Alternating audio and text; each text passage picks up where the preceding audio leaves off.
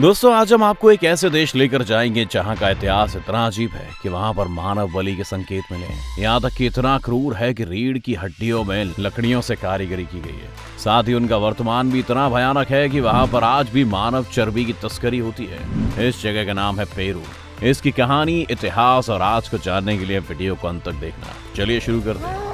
Peru पश्चिमी दक्षिण America के 1,02,85,216 किलोमीटर स्क्वायर क्षेत्र में फैला हुआ है। ये उत्तर में इक्वाडोर और कोलंबिया, पूर्व में ब्राजील, दक्षिण पूर्व में बोलीविया, दक्षिण में चिली और पश्चिम में प्रशांत महासागर से घिरा हुआ है। एंडीज पर्वत प्रशांत महासागर के समानांतर स्थित है। ये भौगोलिक दृष्टि से देश का वर्णन करने के लिए परंपरागत रूप से उपयोग किए जाने वाले 3 क्षेत्रों को परिभाषित करते हैं। आपको यह जानकर हैरानी होगी कि इस छोटे से क्षेत्र में ही अजीबोगरीब प्रथा का खुलासा हुआ है। पेरू की राजधानी लीमा से 200 किलोमीटर दूर चिंचा घाटी में शोधकर्ताओं को ऐसी खबर मिली है जिसमें कई चौंका देने वाली बातें सामने आई हैं। शोधकर्ताओं के मुताबिक कब्र में इंसान की रीढ़ की हड्डियों को लकड़ियों में पिरोकर रखा गया है, ठीक वैसे ही जैसे सीख कबाब पकाया जाता है। इतना ही नहीं, सिर के कंकाल को भी लकड़ी में फंसाकर रखा गया है। ये खुलासा जर्नल एंटीक्विटी में प्रकाशित हुई रिपोर्ट में किया गया है। रिसर्च के मुताबिक यहाँ एक समय ऐसा भी था जब शवों को विक्षिप्त कर दिया जाता था। अब आप जरूर सोच रहे होंगे कि ऐसा क्यों किया जाता था और क्या वजह थी, तो आइए आपको बताते हैं इसके पीछे की वजह, ऐसा क्यों किया गया। जर्नल एंटीक्विटी की रिपोर्ट के मुताबिक पुरातत्वविदों को चिंचा घाटी में बनी कब्रों में लकड़ी में लटकी हुई 192 रीढ़ की हड्डियां मिली हैं। शोधकर्ताओं का कहना है कि जब चिंचा घाटी में यूरोपियन डकैतों और शासकों ने हमला किया था तो यहाँ के लोग भुखमरी और रोगों से जूझते हुए मारे गए थे। हमले में डकैतों और शासकों ने इन्हें लूटा। इतना ही नहीं, कब्र में पड़े मुर्दों को भी नहीं छोड़ा। कब्र में पड़े शव से भी जेवर और कीमती चीजों को लूटा। लूट के दौरान वो इस कदर हावी होते थे कि शव को बुरी तरह क्षत विक्षत कर देते थे।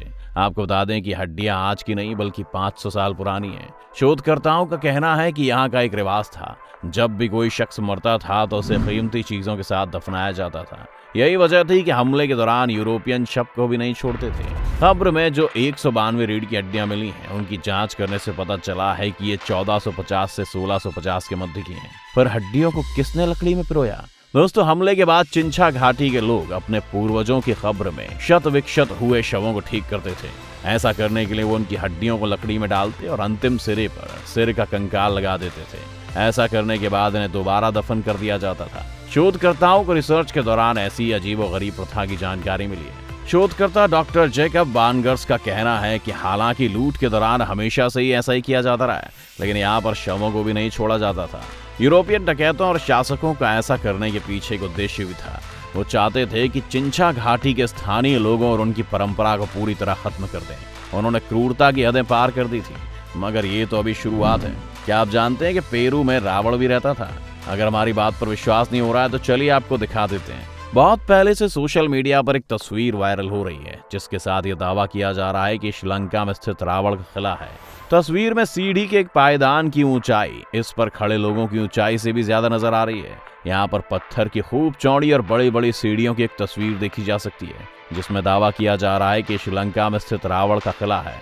आपको बता दें कि तस्वीरें कहीं और की नहीं बल्कि पेरू की हैं।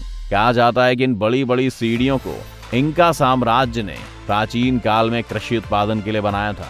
इंका साम्राज्य का विकास प्राचीन पेरू में साल 1400 से 1533 के बीच में हुआ था।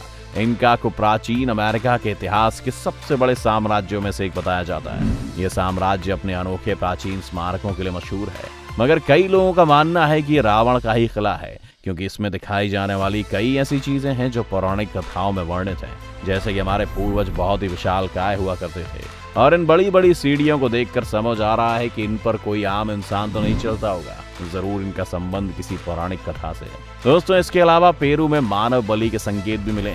आपको बता दें कि पेरू की कब्रगाह में 60 से भी ज्यादा कंकाल मिले हैं जिसमें सोने और चांदी के गहनों और रंगीन मिट्टी के साथ दफनाई गई 3 रानियों के कंकाल भी शामिल हैं। परियोजना के सह निदेशक मिलोस गेयर्स ने रॉयटर्स समाचार एजेंसी को बताया कि पेरू के पुरातत्व इतिहास में हमें पहली बार वारी संस्कृति की शाही कब्रगाह मिली है। कब्रगाह के कोष्ठ में 63 मानव कंकाल मिले हैं, जिनमें से अधिकतर महिलाएं हैं। उन सबको बैठने की मुद्रा में दफनाया गया है, जो वारी संस्कृति का पैटर्न है। फोरेंसिक पुरातत्वविद वियास्लाव वियकोवस्की कहते हैं कि बाकी कंकालों को जिस तरह से रखा गया है वो मानव बलि की ओर इशारा करता है। उन्होंने कहा कब्र में मिले 6 कंकालों पर कपड़े नहीं थे, वो बाकी कंकालों के ऊपर बड़े अजीबो गरीब तरीके से रखे गए थे, इसीलिए हमें लगता है कि उन लोगों की बलि दी गई थी। वियकोवस्की ने आगे बताया कि कब्र में मिले कंकालों में से 6 कंकाल महिलाओं के थे और इनमें बहुत खजाना था।